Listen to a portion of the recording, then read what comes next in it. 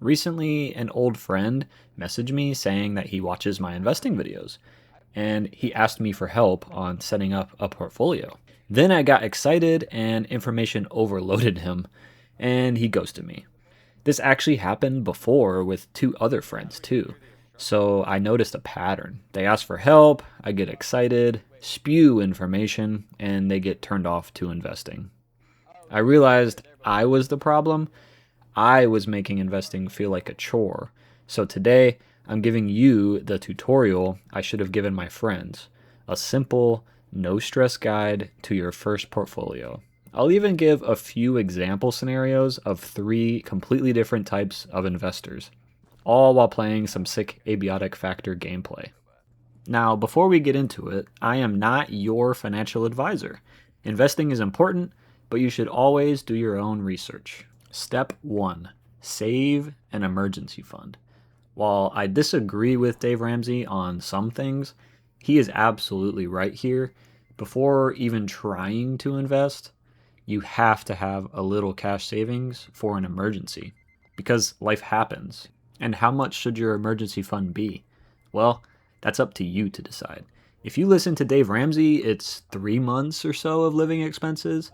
But what I would tell my young, working, single friends, $1,000 might just be enough. This is non-negotiable though. You have to have something set aside that you don't touch unless for emergencies before ever starting to invest. Because just think about it for a second.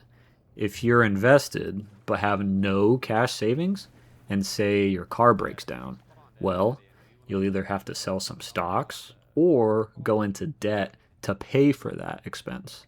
You'd essentially just be going one step forward and 2 steps back. So having some cash set aside for an emergency is your number one building block. Step 2, get out of bad debt. I promise this isn't a ripoff of Dave Ramsey. I will get into the good stuff of starting an investment strategy and portfolio. But in my opinion, before ever even thinking of investing, you should get out of bad debt first.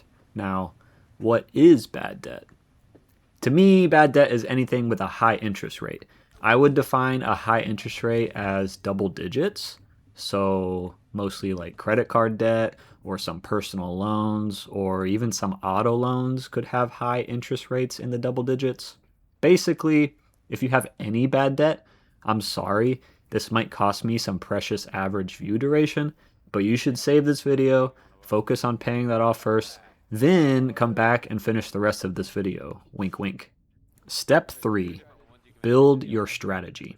If you are ready for step 3, honestly, congratulations. You have no bad debt and a solid cash savings. You're already killing it. Now it starts to get exciting. But before ever creating your brokerage account, it's imperative that you define your strategy first. Or, in other words, pick your investing style. If you're in your early 20s, your strategy might be drastically different than someone in their 60s. Some simple questions you could ask. What am I saving for? Is this money for retirement? Or am I saving for a down payment on a house in, say, the next 5 years? Or is this cash going to be used in the next year or two? Some other questions you could ask yourself are, how old am I? What's my risk tolerance? If I'm younger, I might be more inclined to go aggressive with higher risk and higher growth, since I have a longer time horizon. If, say, I'm 40 with a few kids, I might take on a little less risk than the younger person, but still want to have a little growth. So, say, like a balanced strategy might suit me. And if I'm older, around 60 or older, at this point, I might want to take way less risk and focus on safer investments. Don't worry, I'll go over mock scenarios for each of these types of investors later in the video. Another important part of the strategy is how much am I willing to invest every month. More is better, but you also want it to be a realistic figure that you can easily stick to, because consistency is key, and it should be money that you're not going to miss in the short term. Step 4, create your investing account. I can't really walk you through this one because it's basically just making a login and entering your personal information, but You'll also have to pick a brokerage. I personally mostly just use Robinhood because I like the way its UI is set up, but I also have accounts in Charles Schwab and Fidelity. For the purposes of this video, I'll mostly show just Robinhood though. After you choose your brokerage and created an account, then you'll need to just simply link your bank account to it. And now, honestly, the hard and boring parts are done. Now, let's see how 3 different people set their accounts up. Step 5, implementing your strategy. Now that you have your account made and your strategy outlined, it's time to implement that strategy. In my opinion, the easiest and simplest investing strategy is to set up automatic deposits and automatic investments. That way, you can just set it and forget it. With this approach, you're essentially paying yourself first when you have money automatically withdrawn from your bank and then automatically invested. For this section, I'll go over 3 different types of investors and give mock strategies for each. Meet Rylan. She's 24 and just starting out investing. In the past, when asked about saving and investing, she'd often say, "I'm just a girl." But today, she decides to lock in. She is still young and wants to save mostly for retirement. She is okay with a little more growth and risk since she has 30 plus years until she retires. She also wants to save for an intermediate goal to hopefully buy a house in the next 3 to 5 years. She determined she can easily stick to $200 a month consistently. She can always up these numbers later, but for now, she wants to try out just $200 a month. Her main goal is saving for retirement. So, for retirement, she opens up a Roth IRA because the gains in a Roth IRA are completely tax-free. And for the down payment on a house, she will use just a regular taxable brokerage account since she'll need that money in the next 3 or 5 years. It's time to allocate the $200 a month goal. She decides to save $150 strictly for her retirement, since it's her main goal, and $50 for the house down payment in 3 or 5 years. So, now it's time to set up the recurring deposits. She sets up a $150 deposit directly into the Roth IRA for the retirement every first of the month.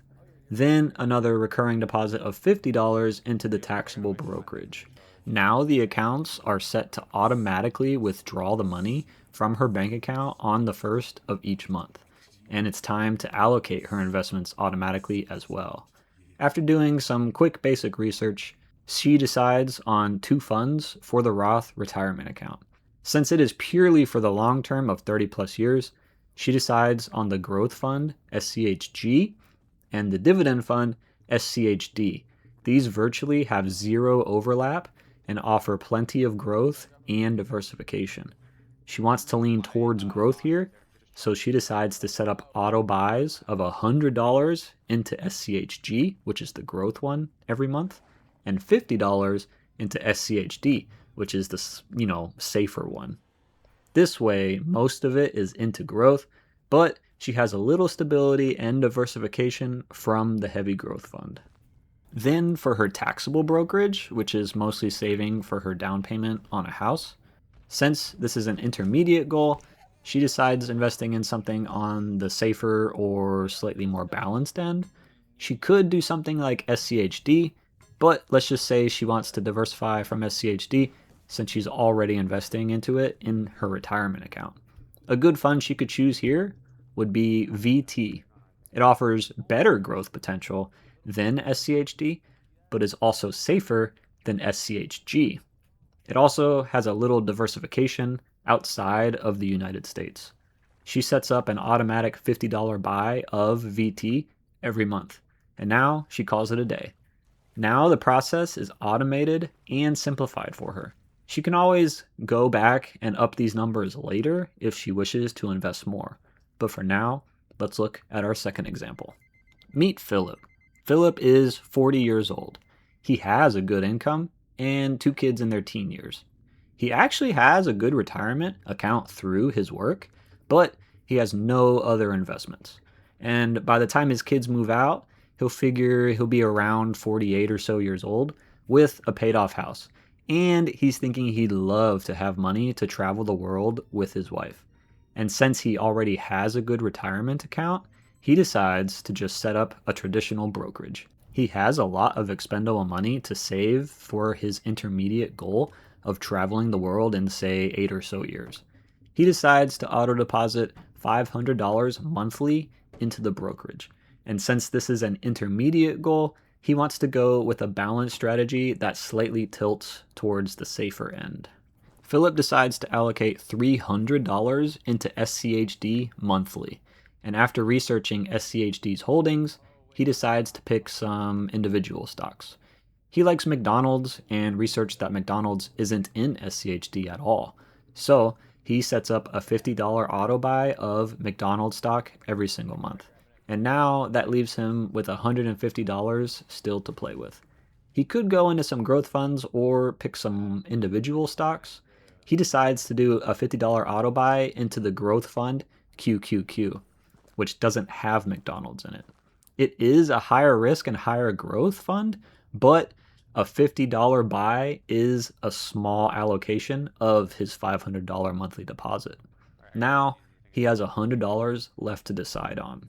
After Googling stocks that aren't in SCHD or QQQ, he picks two more stocks, Walmart and Visa. He decides to set up auto buys of $50 into each. So now his allocation is set. Again, the reason he does this in a taxable brokerage is because he plans to use this money in, say, 8 or so years when he's around 48 or so. And in retirement accounts, you typically have to be age 59 or older to withdraw from them penalty-free.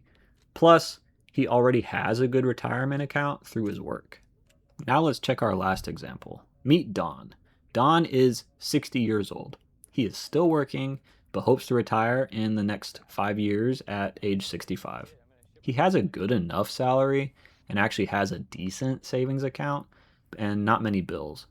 But he feels bad because he hasn't really invested a whole lot.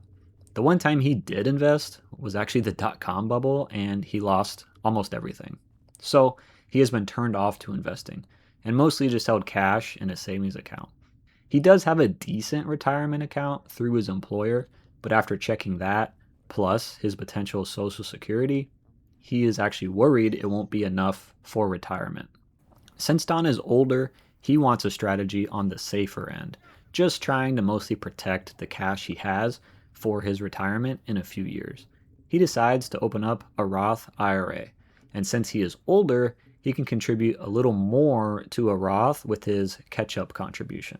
So he can contribute up to $8,600 a year, and he wants to do it all. So he divides $8,600 by 12 months, and that comes out to about $716. So now he sets up auto deposits of $716 each month. And since his goal is to protect his cash with lower risk investments, he chooses SCHD, JEPI, and a small amount of VTI for at least some growth. He decides to go $308 into SCHD and $308 into JEPI and $100 into VTI. This should help preserve Don's capital while also giving him much better returns than just a regular savings account.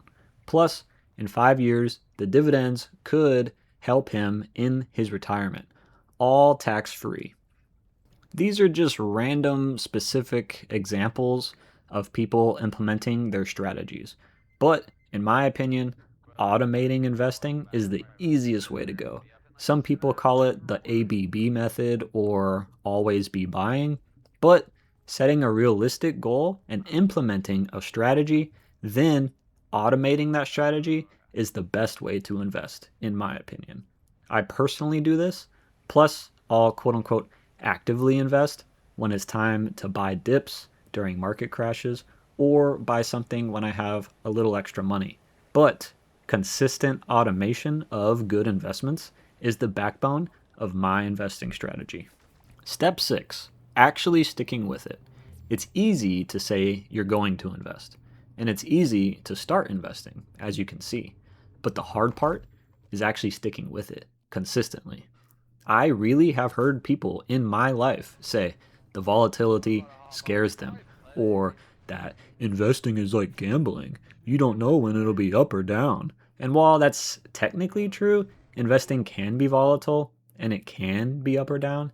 If you pick sound investments and invest with a consistent amount that you don't need in the short term, you should be able to weather the ups and downs. And if you do, you'll eventually look back and be so thankful you started when you did. It's also easy to cash out your investments for purchases that you want and not need, or pause your investments to spend money elsewhere. And while life does happen, it's important to try and stick with your investing strategy as consistently as possible. And most importantly of all, try not to sell when you're down. It's kind of an oxymoron, but when the markets are down and red, that is actually a good time to buy. Because think of it this way, everything is on discount. But if you don't think you'd like the emotional stress of looking at the volatility, I would just set it and forget it, and try not to check it every day. They say the best portfolio is a dead man's portfolio, because a dead man can't go and sell too early or sell at a loss based on an irrational emotion. Step 7. Enjoy life.